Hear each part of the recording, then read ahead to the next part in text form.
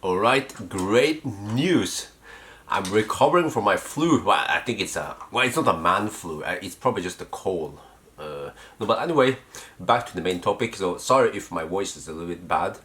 I'm still recovering, but today I will talk about the CCS adapter. So we heard now in the news that it will be sold in Europe for only 170 euros. That is a bargain because the channel adapter goes for almost 3 times more. Yes.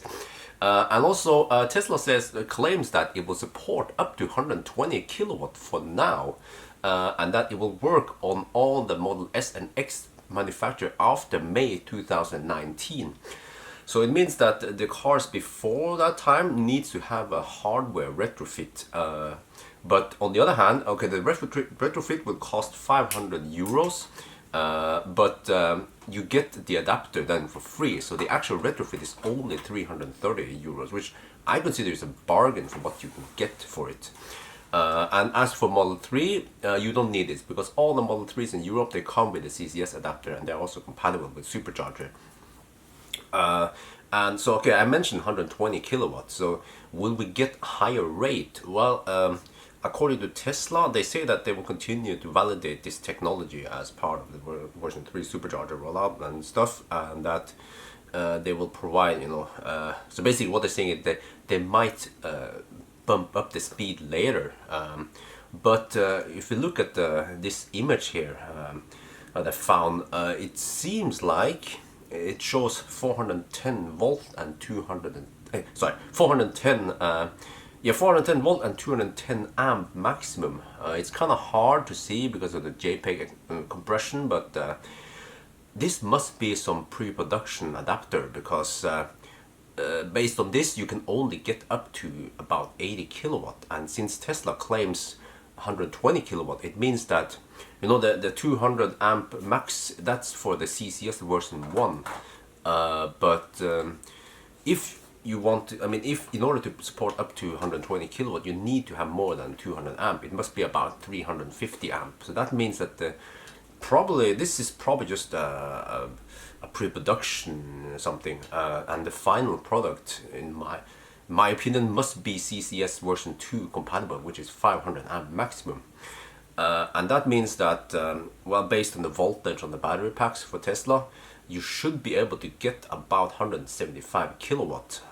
So I'm thinking 350 volts times 500 amp. So if you charge it on those Ionity chargers or whatever, the HPCs, the hypercharger, which is rated for 175 kilowatt, then you will actually get 175 for your car. And what about CHAdeMO? Yeah, some people also call me Ionic Bjørn or Kia Bjørn, and some people call me the CHAdeMO man. Well, I've been using the CHAdeMO adapter for a long time, and I don't need it anymore because I have a Model 3, but okay, one thing I noticed is that if you go to the supercharger support page in Tesla, you see that CHAdeMO adapter is not longer mentioned there. So that's a bit weird.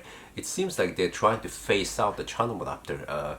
My opinion, maybe the CHAdeMO adapter was somewhat hard to engineer and somewhat expensive, and they just want to get rid of it, probably not sell it anymore. Maybe if people ask, they will convince them to get the upgrade instead, the CCS adapter.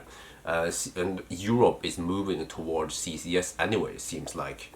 And also because the price of the retrofit is about the same as a new CHAdeMO adapter, so why would you buy a CHAdeMO adapter, right? Well, there could be some reasons to still get CHAdeMO adapter, because based on this, because the CCS adapter is so dirt cheap, I suspect the CHAdeMO adapter to drop in price, probably as low as 2,000 euros, or 200 euros or 2,000 NOK. So I had a bunch of CHAdeMO adapters laying around in Norway, so I pulled them in. That was earlier this year, and I sold all of them. I think it was a good call because I suspect that they will drop in price. But does it mean that they are useless?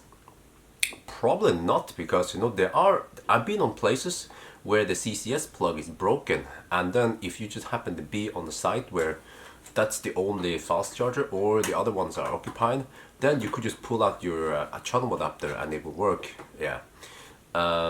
And also some older locations will only have Chalamo, not CCS. So if I still use Model X or S, I would still carry around with the CCS adapter and Chalamo adapter, and also get the retrofit for it if my car, let's say if I still use Optimus Prime. But and also I think that the 50 kilowatt fast chargers, they will still be around for a long time, because you have those other cars, those other EVs, which can still charge on maximum 50 kilowatt anyway, and they will not disappear anytime soon. Most likely, I'm just guessing that 50 kilowatt DC fast charging will still be very common for the next 10 years. Okay, and the last thing I will talk about is, should you get a retrofit if you have a car manufactured before May 2019? Interesting question.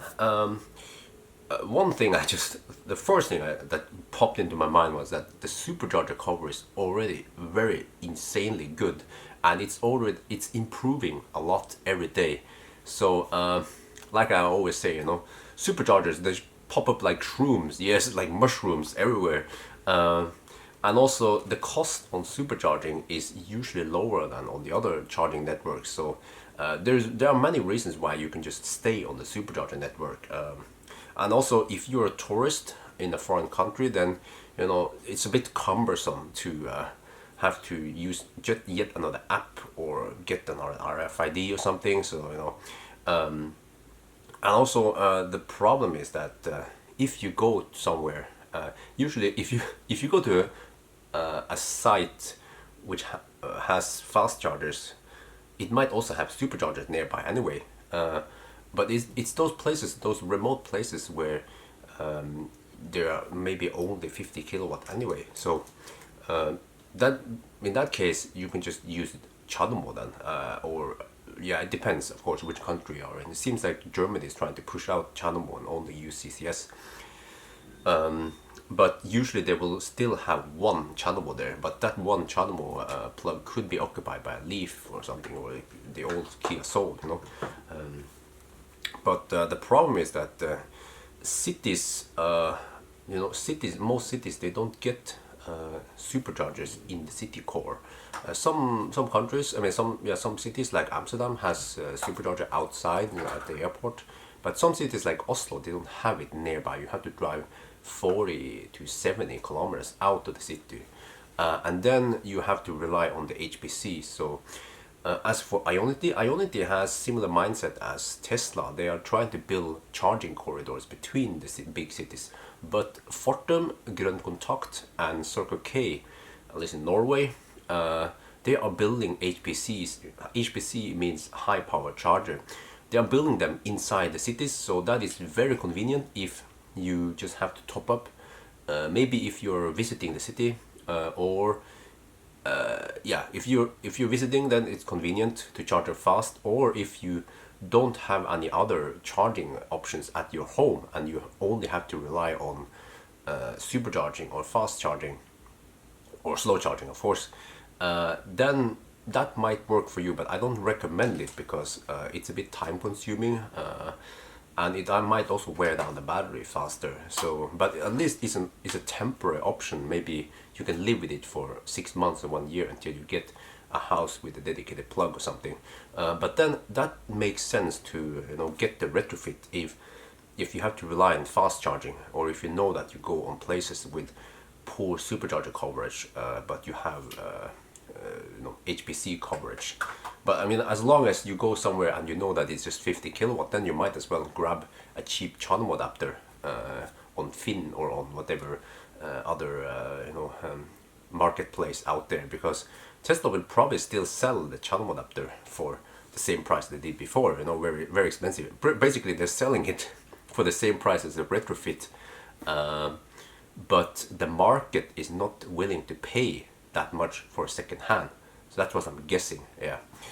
So I think that's it. My 2 cents about the new adapters coming. Well, this is one adapter. Yes, one adapter to rule them all. Yes. So anyway, I think that's it for now. I hope you guys enjoyed this video. As always, thank you for watching, and talk to you later.